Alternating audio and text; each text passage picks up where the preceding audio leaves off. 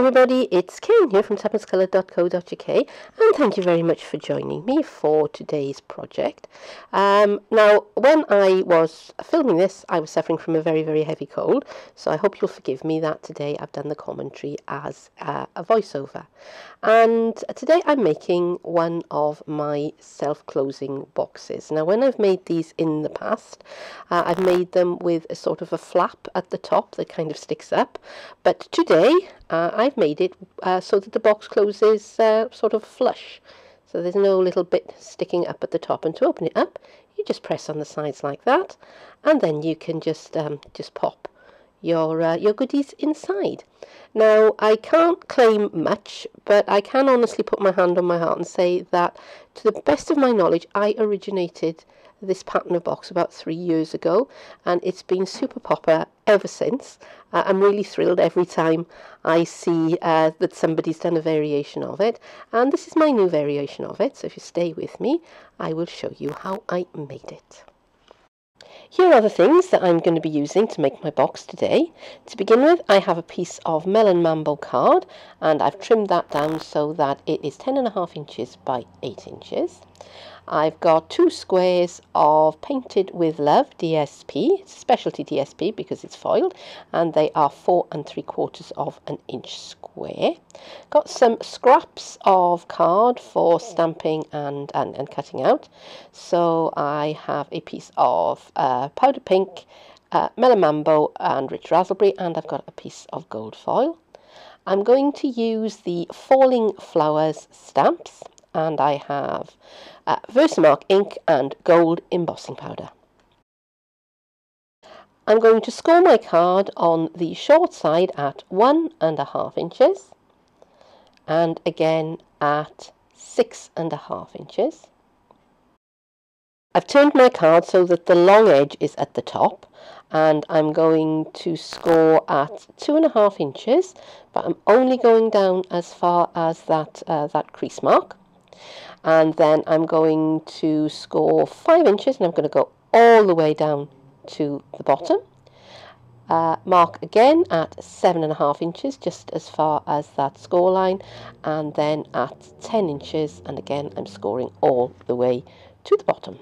Before I put the scoreboard away, I'm going to mark the halfway mark on one edge of my pieces of DSP.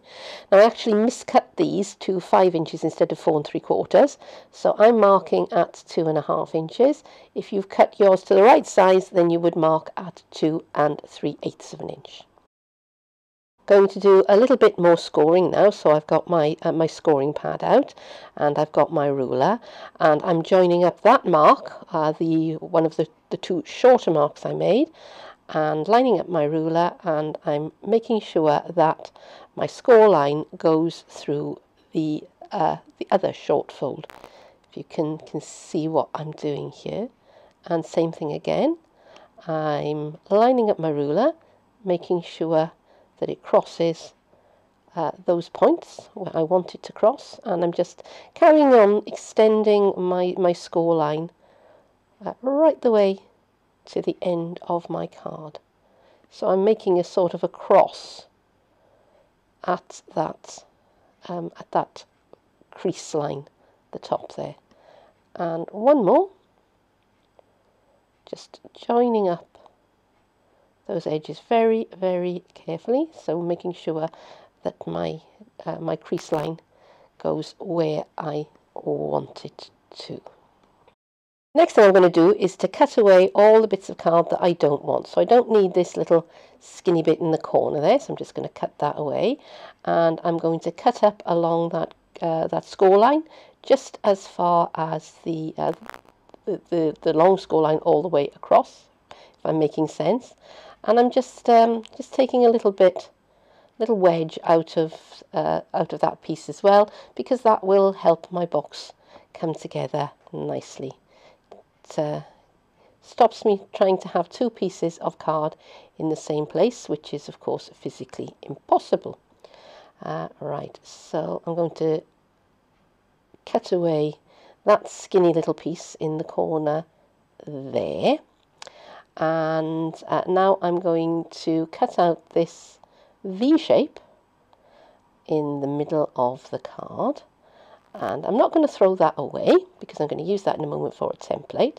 So I'm just going to fold my card over, and I'm just going to get that piece that I just cut away, and I'm going to use that as a template to make sure that I get the right angle into that piece at the top, because those are going to be tucked inside. So I want to make sure that they are out of the way of my folds. So I'm now burnishing those folds to make sure that I've got a nice sharp crease on every edge, and it is worthwhile taking just a few minutes just to do this, to make sure that you have some good creases. And now all I need to do is to stick my box together.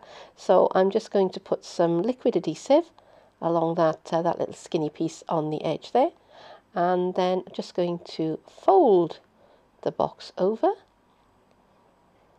And you could use tear and tape for this, or fast fuse. I'm using liquid adhesive, and I'm just going to then pop that on one side for the adhesive to set. So while the glue is drying, I'm going to trim down my my square of DSP, and I'm going to just make sure that I can clearly see that that mark that I made before. There it is. So I've got I can clearly see that, and I'm just lining the DSP up in my trimmer so that that mark is lined up with the cutting channel, and the other corner is also lined up with the cutting channel, and I'm just cutting that piece away. And now I'm turning the paper, and I'm doing the same thing, cutting away the opposite corner. So I wind up with 3 triangles, a big one and 2 small ones. And I'm going to go and do exactly the same to my other piece. And now I'm taking those pieces that I just cut to shape and sticking them on to my box. So there goes my first panel, and I'm just using my liquid adhesive again because I like this, because it gives me a bit of wiggle room, and just applying the adhesive to the back of the panel, and there you go. That's one side finished, and all I have to do now is to do the same thing to the other side. So my box has had some time to dry now, and I could leave it with the flaps up at the top if I wanted to, but I don't. I want to tuck them in. So all I'm going to do is to put a little bit of pressure so that my box opens up, and just tuck the flaps in, just like that. And there we are. My box has a nice flush edge. So the next thing I'm going to do is I'm going to make the spray that goes onto the front of the box, and I've used images from the Falling Flowers stamps.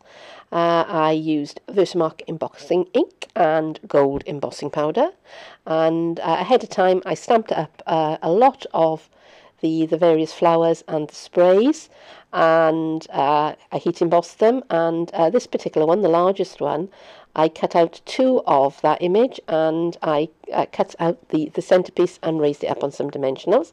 I'm going to build my spray on this shape, which is punched out with the pretty labels, and I'm just going to arrange my bits of flowers and foliage the way I like them, and I'm just going to glue them down with my liquid adhesive. So yeah, I'm just going to play, and see you in a little while.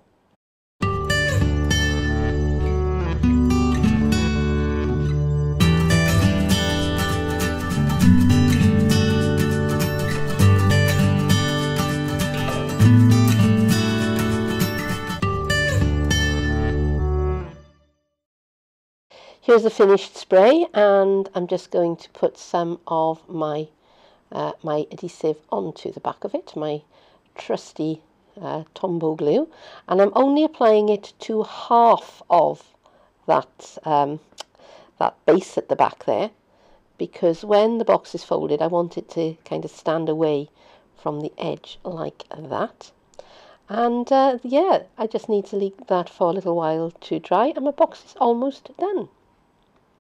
So my box is pretty much finished, and I can pop it up when I'm ready to put my goodies inside it, or I can leave it stored flat. Now I've gone and put a piece of tear and tape along that one flap there, so I'm just going to remove the backing, and I'm just going to fold those bottom flaps over. Oops, wrong way around. Let's put that the right way around, and just going to hold the box open while I use my bone folder and make sure that that tape is well stuck down, and there it is. My box is complete. So there it is. There is my finished self-closing box, and I'm really pleased with the way that this one came out, and I particularly like that that tucked in edge at the top there. I think it does give it a very finished appearance, and the box is quite sizable. You could get quite a few goodies inside there. Just pop in your sweeties or whatever it is that you're presenting.